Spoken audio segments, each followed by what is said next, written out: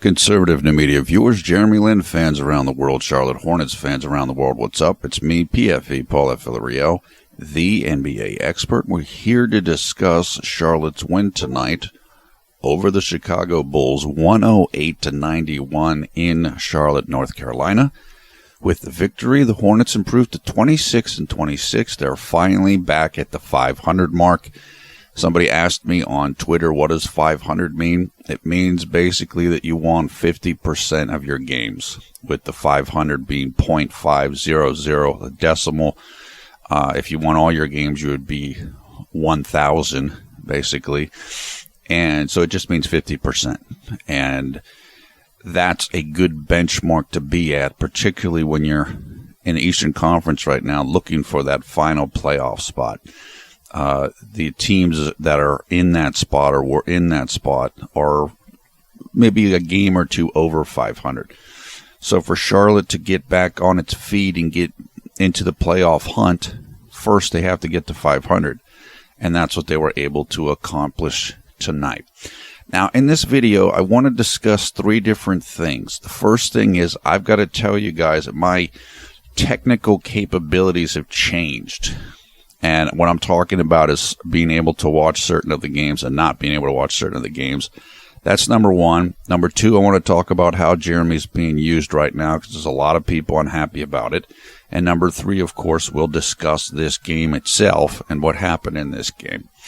Now, let's go over the first thing, technical capabilities and all this. This has been the technical nightmare year for me. Of course, you know, early in the year I had issues with my modem.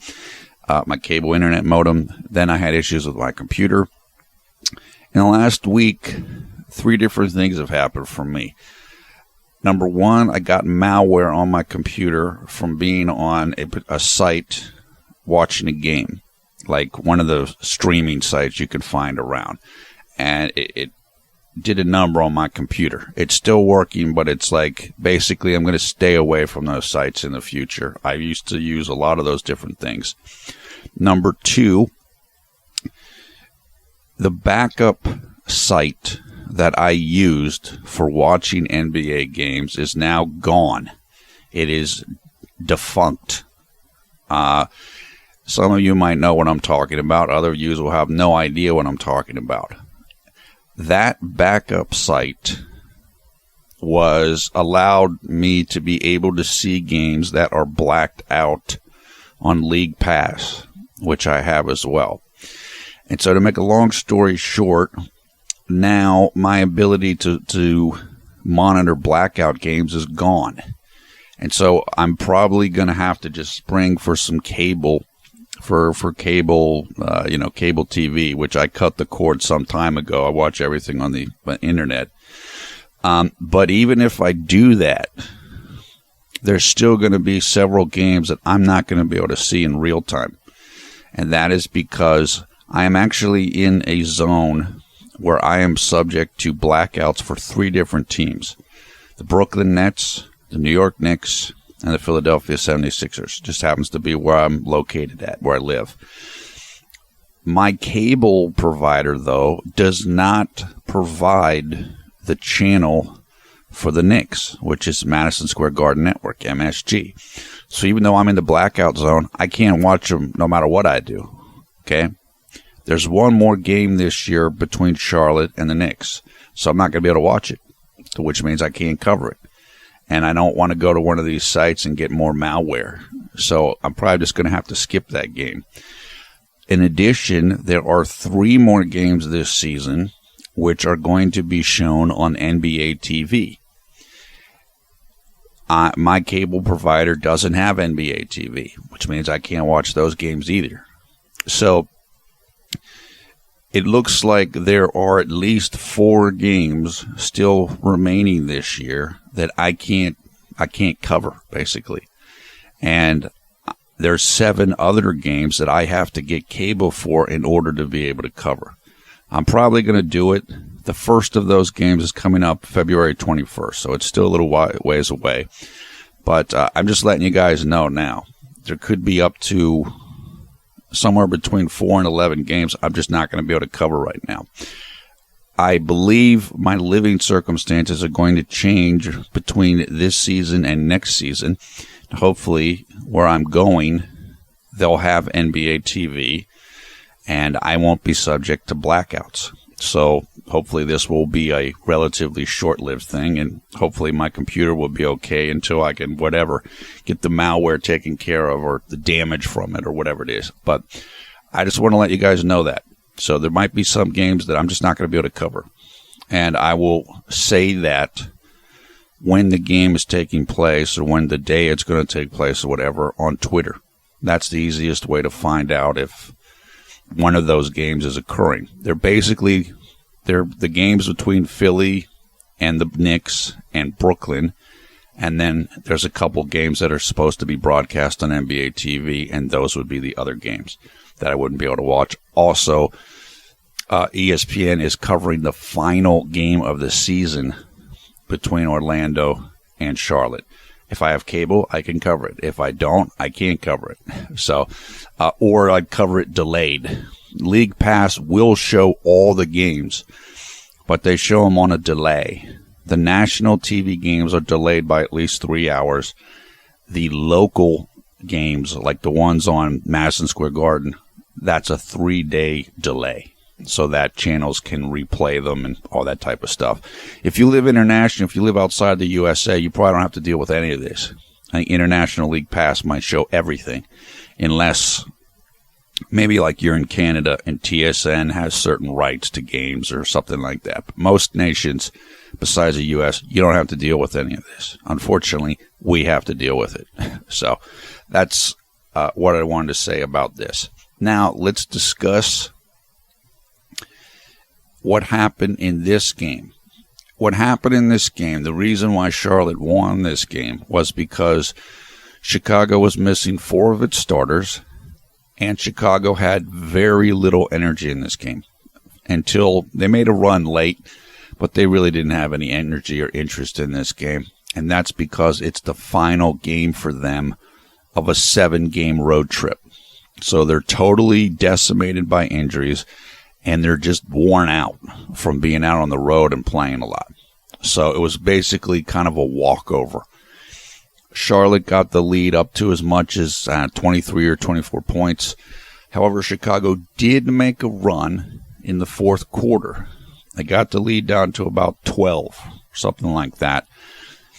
Then Coach Clifford put the starters back in, and pretty soon that lead blew back up to 15, 16, 17, and of course the final margin of the game was 17 points for the Hornets. So a great night for Charlotte. Now, again, this also comes the night after the Carolina Panthers were beaten in the Super Bowl, which had, I'm sure, the whole town in kind of a depressed hangover. So that's another reason that it's good for the team to win tonight. But the most important thing from this game is that Charlotte is back to 500. That's critical. They haven't been at 500 for quite a while now.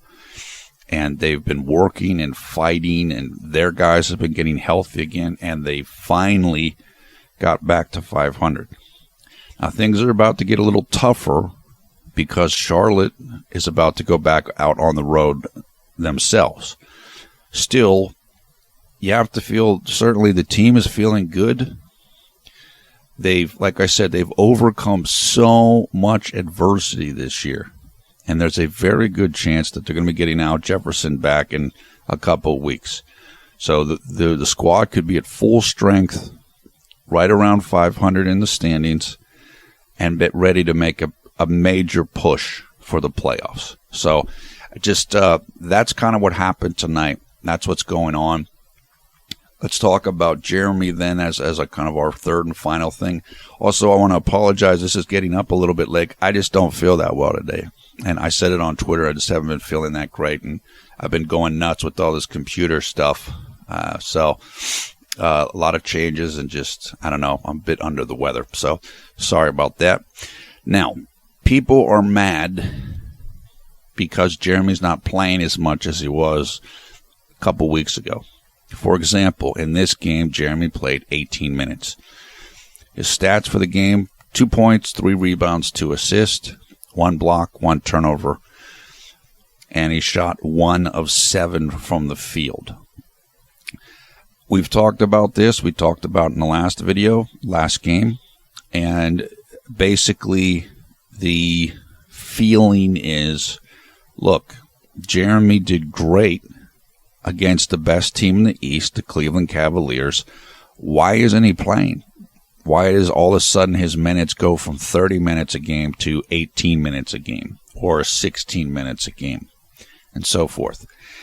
And I discussed this before, and I'll tell you again. I think that this was always Steve Clifford's idea of how he was going to use Jeremy when and if the entire team was healthy. This is basically what I think you're going to see most nights. The only difference is the center at the end of the games isn't going to be Cody Zeller. It's going to be Al Jefferson once Al gets back. Now, does that mean Jeremy's never going to play late in the game? No, I don't think it does mean that. As we saw the other night against the team, I can't remember who we beat last game. You saw how he switched between Michael Kidd-Gilchrist and Jeremy. However, I know that there are people who they know that Jeremy's a better defender than Kemba is. And so, well, okay, if Steve Clifford wants to play defense, why doesn't he put Jeremy in for Kemba? And all I can tell you is it's probably not going to happen. Because, again, Kemba's considered one of the franchise cornerstones or top players. I would say he, Michael Kidd-Gilchrist, and Al are kind of considered that. Although I do think there's a chance Al's going to be gone this summer. And, of course, you could put Nicholas Batum in there as one of the foundations as well, although we have to see what he does this summer. Okay? But Kemba's like, just from a realistic standpoint, no matter how much strategic sense it may or may not make, I don't think that's going to happen most nights. Now, the reason why I think Jeremy got a little bit less playing time today was because he wasn't shooting well.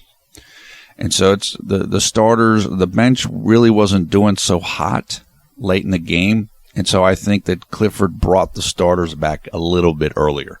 So if the bench had been playing better, maybe Jeremy gets 3-4 more minutes of playing time late in the game. But that just wasn't the case tonight. However, as I said, I think that that's going to be your finishing group most nights. Kemba at point guard, Nick Batum at shooting guard, Michael Kidd-Gilchrist small forward, Marvin Williams at power forward, and when he's healthy, Al Jefferson at center. I mean, that's all I can say. I'm not saying it's fair. I'm not saying it's what I would do. But it's probably going to be what's going to happen a lot of nights. And to be completely honest about it and to be fair to the coach, I think that was always the plan. I think the plan got altered whenever Michael Kidd-Gilchrist was able to come back this season. Now, I don't know. I can't remember if when we began the season and things were starting off, we talked about Jeremy and Jeremy being the sixth man and being able to finish games.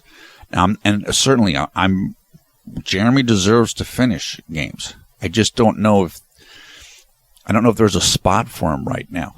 At least not in Steve Clifford's mind. So I can't remember if there was more talk of him being a finisher before or after Michael Kidd-Gilchrist got hurt. My sense would be that it was more after Michael got hurt, but I don't know. And I don't think, this is the way I said this previously, I don't think he's shocked by this. I'm sure he's not happy about it. Nobody would be happy about it. You want to play more. You want to be able to out on the court and show what you can do. Nobody wants to be a backup.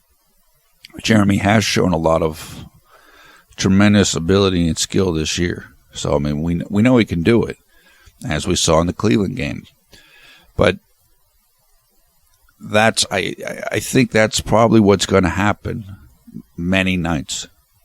And like I said, maybe there probably will be times where it does get shaken up, where Jeremy does play a little bit more, and maybe Michael Kidd-Gilchrist plays a little bit less down the stretch, depending on what the matchup is. But as I said, I think that's what we're going to see a lot of, is Jeremy not playing as the finishing group. I mean, we'll see. I hope I'm wrong about that. I do. There are 30 games left in this regular season. Jeremy's had I think from my perspective, he's had an excellent season. His stats aren't incredible in terms of PER and like RPM, stuff like this. They're good. They're not amazing, but they're good. He's learned a lot. He likes the team. He likes the city. He likes the coaches. What's going to happen to him if he does play out 30 more games and he's kind of stuck in that role on the bench? Well, I don't know. We have to find out what's going to happen this summer. Is Nick Batum going to leave? If Nick Batum leaves, well, then maybe things open up for Jeremy to stay in Charlotte. Of course, he'd be staying as a shooting guard then rather than a point guard. I'm not sure. We have to see what's going to go on with the team and what opportunities are going to be available for him. Does he go to Philadelphia where Mike D'Antoni is? Does he go to another team? It's tough right now because there are a lot of good point guards in the league right now. The league has a lot of talent at that position right now, probably more than any other position. So it's a difficult time. And obviously Jeremy's looking for a place that he can start and he can play a lot of minutes. So we'll see. I just want people to kind of expect this or to see it, not be blindsided by it. I'm not surprised by this, even though it's as a Jeremy Lin fan, it's not necessarily what I want to see. But I think Jeremy, look, I mean, I think he's enjoying himself. I know he wants to win. I mean, of course he wants to play more, but it's this team's fought through so much. They have high expectations of themselves. The team likes each other. They want to succeed. And now I think they can start to succeed better. And look, like I said, maybe Steve Clifford will change it up. Maybe he will play Jeremy more at the end of games. I don't know. We'll find out. But those are just my thoughts about that situation. Like I said, I know a lot of people are not happy about it at all. Okay? Let's talk about the next game. That game's coming up 2 days from now, Wednesday, February 10th, here in the United States, against the Indiana Pacers. It will take place here in the United States at 7 p.m. Eastern Time. That means the game will be Thursday, February 11th at 8 a.m. in Taipei, Taiwan, and throughout China. It is the last game for the Hornets before the All-Star break, which lasts a week. And it is the beginning of a 6-game road trip for the team. Now, we know the team has not been good on the road this year. Now, they finally got back to 500. You don't want to go and you don't want to lose that. You don't want to slip too far under 500. So this is an important stretch of the season for the team, and hopefully we'll see when Al gets back. That definitely should help the team. Maybe he can get back quickly, and they can have him for a number of those road games coming up. So I also want to say before I forget, Happy Chinese New Year to everybody. Today, February 8th, Monday, is Chinese New Year. Put that out on Twitter, and I want to make sure I mentioned it here as well. That's about it right now. I'm just going to keep it kind of brief. Like I said, I'm not feeling super great. Just going to wrap this up. Just want to say then, thumbs up, thumbs down, your comments below. I want to thank Gary Chen of the Jeremy Only Lin Garden fan group for the artwork you're looking at right now. You can find out more about Gary and Jeremy Only Lin Garden by following the information for them in the video description below the video player.